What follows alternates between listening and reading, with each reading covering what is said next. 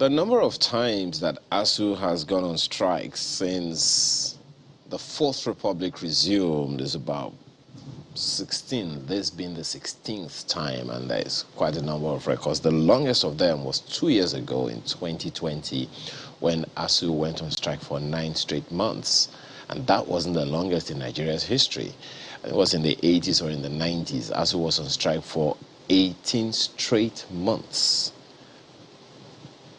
Is this going the same way? We hope not, but this is coming on to about 3 months now. What other steps need to be taken to resolve this issue once and for all? Comrade Aremu joins us to have this conversation. He is DG of Michael Imodu National Institute for Labor Studies. He joined us virtually from Ilorin. Thanks for joining us this morning, comrade. Now, I'm sure labor issues aren't strange to you, but is this in order as far as you're concerned, or there is something strange that people need to understand?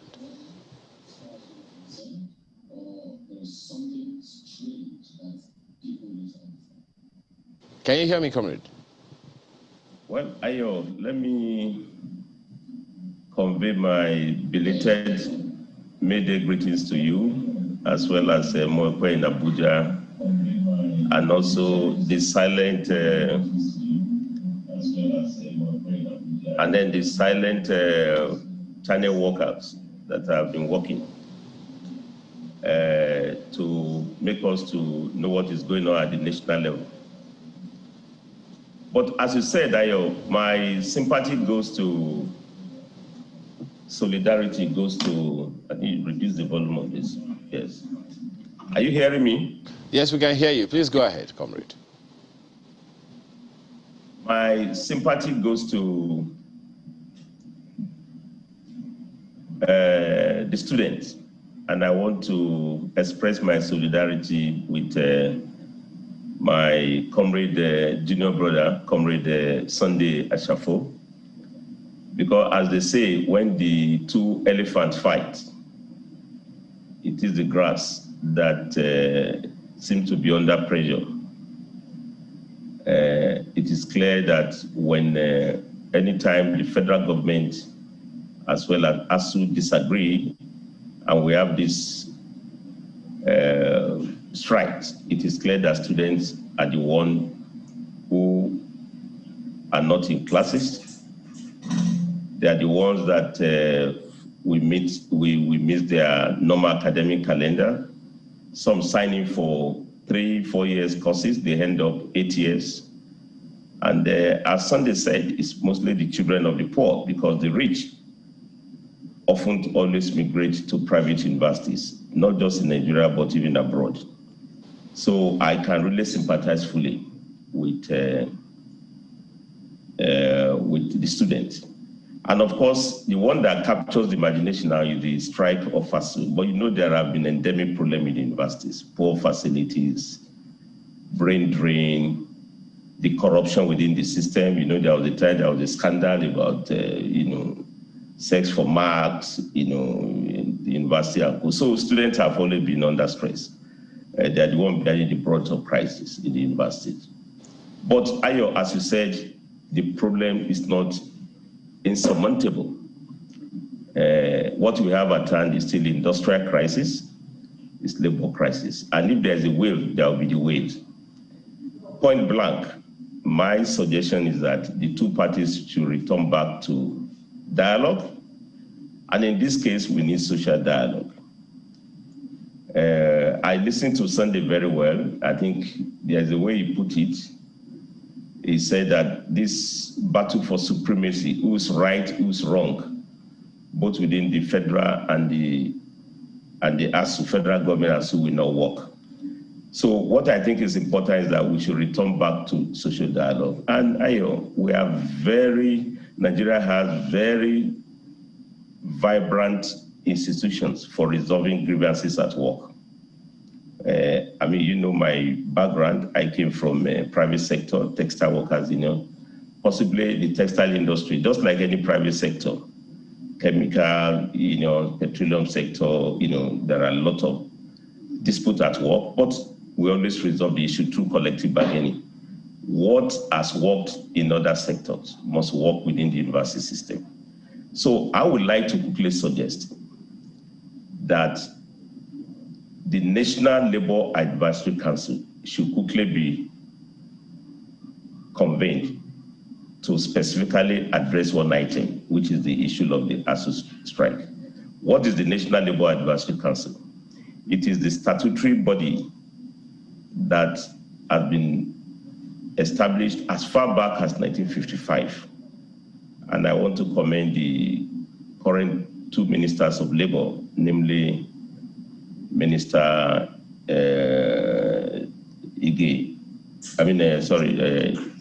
Chris Ngige, as well as Minister Festus Keyamo, because they've just reconstituted that committee. It's tripartite. It includes both federal government as employer of labor, it includes state government, it includes NECA, which is the Nigeria Employer Consultative Association. It includes the two respected organized labor centers in Nigeria, namely Nigeria Labour Congress as well as TUC. It also includes state government who handle labor issues. Now, the beauty of this National Labour Advisory Council is that we'll be able to look at the issues dispassionately, and there will be objective assessment to look at the facts that have been on the table due to this strikes. But the last quick point I want to clearly raise here is that, and I'm happy, Ayo, you went on memory lane. This is a legacy problem. It's a legacy problem. In fact, as a matter of fact, since 1999, there have been work stoppages, strikes, close to 16 times, as he put it. If you put them in terms of number of months, it's been calculated that ASUU has been on strike for 50 months since 1999, which comes to averagely between 4 to 5 years, within the last 23 years. 4 to 5 years is enough for you to train an architect. It's enough for you to almost train a doctor. It's enough for you to turn out social scientists. Now, for whatever reason, universities have been shut down, public universities. And under Obasanjo, for instance, it took 18 months of strikes. Under Yaradua, almost about 4 months. Of course, under Goodluck was about 13 months of strike. So it's a legacy problem. And you can even go before we return to democracy. As far back as 1981, there has been this contestation, but it has become more prolonged now. And for even me, as a labor leader, I'm also learning new language of rollover strikes. Rollover strikes. So again, but as Mokwe tried to engage Sunday, I mean, this is not the time to say who's right or wrong. I think we should look at what the facts are. And the facts are industrial issues. Namely, collective agreement has been entered into, that's ASUU position. That when you reach an agreement, try and obey the agreement. On the part of the which makes it a little more disturbing, Comrade Aremu, because the arrangement that we're talking about now dates back 2001. Renegotiated, unresolved, renegotiated in 2009. All of that agreement is what is still in contest now.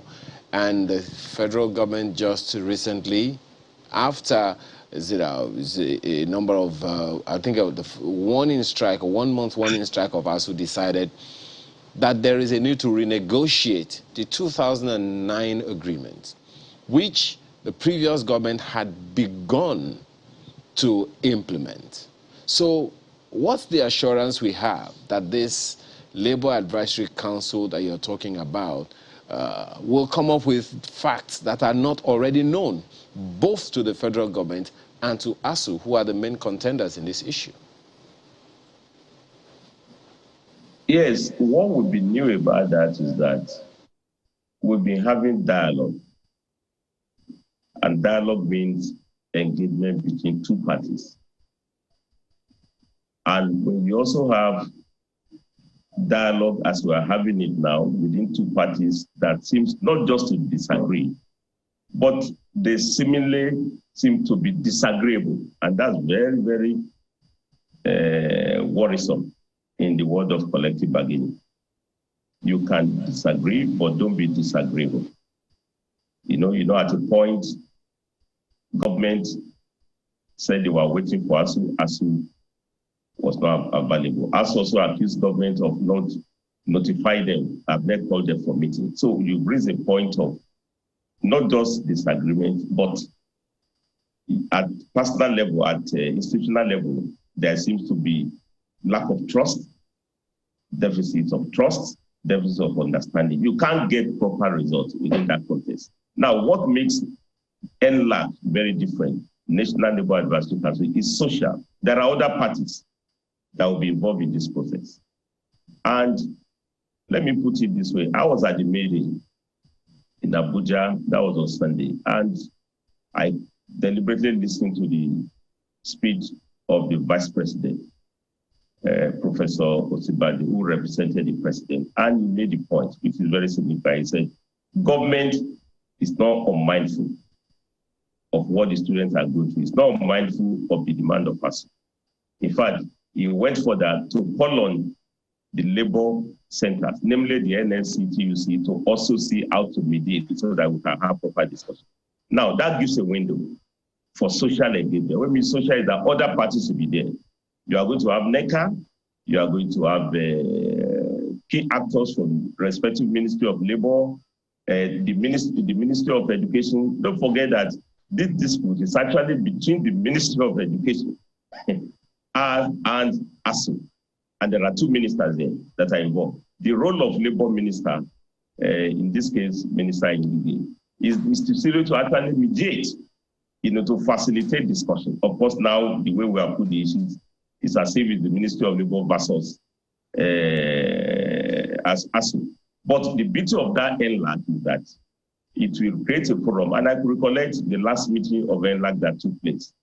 Minister of Labor actually charged other stakeholders attendant to please intervene on this issue. Now, the beauty of this intervention is that we need to look at the facts from professional point of view. Nigeria has a tested framework for resolving conflict at work. We have problem in, there are a lot of challenges going on in different sectors, but once you have a framework for negotiation, we can look at the issue of the demands. There are two areas of demand. I can share this with you briefly. There are two types of disputes. You have dispute of rights. You have dispute of interest. Dispute of rights are those things already enshrined in your own agreement with your employers. That if you work, that shall be paid. Am I communicating? If we want to work, nobody can lock you out as a lecturer. A lecturer too, if you are paying your salary, you must teach. Those are disputes of rights. Now, there is what they call dispute of interest. Dispute of interest are those new things you want. You want funding for education. In fact, I'm talking to you now. Don't forget, I'm a DG now of this institute. We're also defined as a research institute. And for the past 3 months, the 67 research institutes have been on strike over issue of funding for the research institution. Now, those are disputes of interest. You want more funding, and that has been ongoing. I agree with those who have commented Nigeria should spend more on education. Nigeria should be able to prioritize education. We have to increase the budget rate, but those are disputes of interest. You need different approach to handle those ones because that requires engagement, discussion, and in a democracy, you even need appropriation. You need to bring all stakeholders around so that we know everybody knows that we can't run, Nigeria cannot be part of the promising developing countries of the world without funding education. So we need a different approach.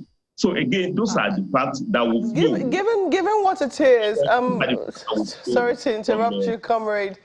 I just have to come into the conversation somehow. You have, described in detail what,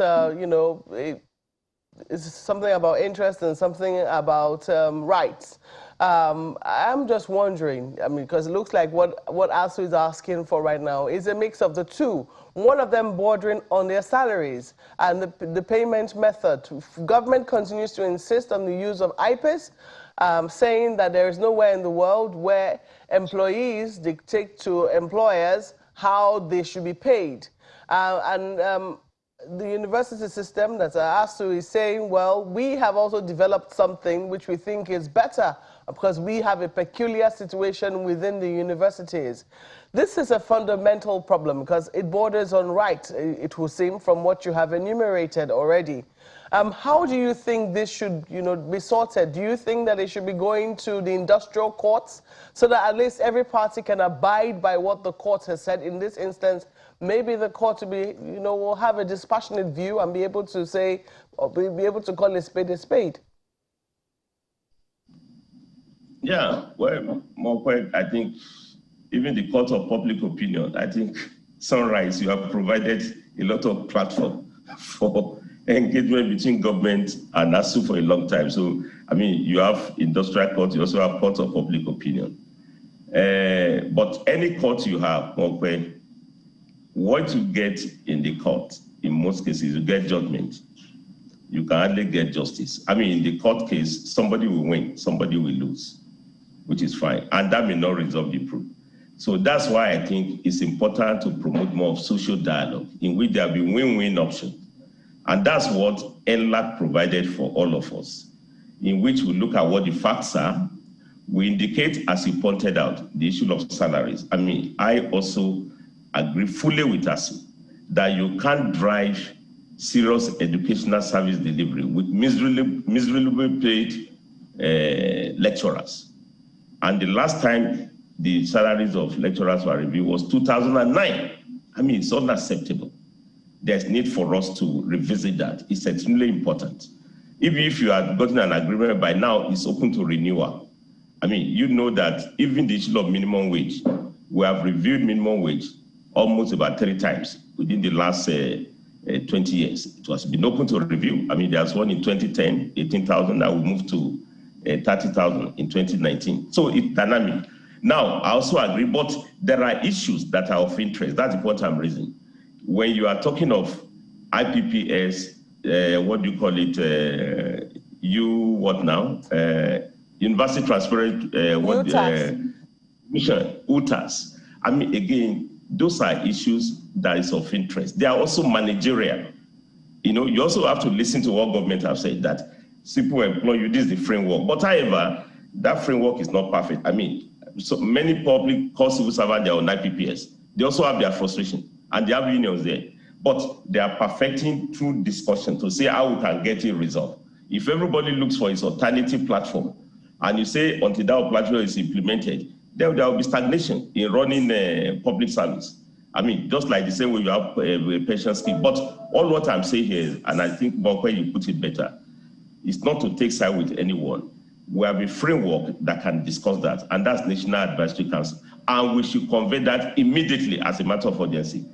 On the last note, the point I want to raise quickly here is that even when there was no strike, Mokwe, you agree with me that only one Nigerian university has been rated among the top 10 in Africa.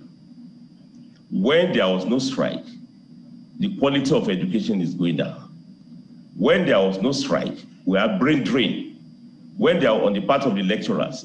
So when we now compound it with strikes that's come to 50 months in the last 22 years, something is worrisome. So all the two parties should be moved by these grim statistics that we're having new illiteracy, that already we have 30 million children out of school, and that students, university students, are now on the road demonstrating instead of being in the classroom. We can't drive development in Nigeria along that line. And I'm very sure federal government knows the implication of this. Okay. I'm very sure ASUU also know the implication of that. Those are the facts that will be brought to the table at the National Advisory Council, which is independent, which is more inclusive, which will give platform for more dispassionate discussion. Now, comrade, just a quick one. Who are valuable to facilitate that discussion? Who takes the lead on setting up this council that you're talking about? Who is the party? Which party is supposed to take the lead on setting up this NLAC? No, I think all parties have to take the lead because we all have access to take the case there. But above all is the responsibility of the Minister of Labour. Okay, all right. And I think that the Minister have told you, I said so at the last meeting, call on all the stakeholders, that we should take that. But because the Ministry of Labour is also worried about this. Now, all we need to do is to formalize this new thinking. Okay. And honestly, with a time frame, so that once and for all, we put an end to it. The issue will not be resolved immediately, you convene a meeting, but let there be cessation of hostility on the parties. Let students return back to work. Let there be commitment, that there will be discussion that is going on. And with that one, we can have a win-win solution to resolve this problem. Comrade, we have to thank you very much this morning for this new thinking, as you put it. Comrade Issa Aremu is DG Michael Imodu, National Institute for Labor Studies. Thank you once again for joining us. It's a pleasure. Thank you. All right. Well, it's all borders on leadership, doesn't it? More of that when we return from this break. Please stay with us.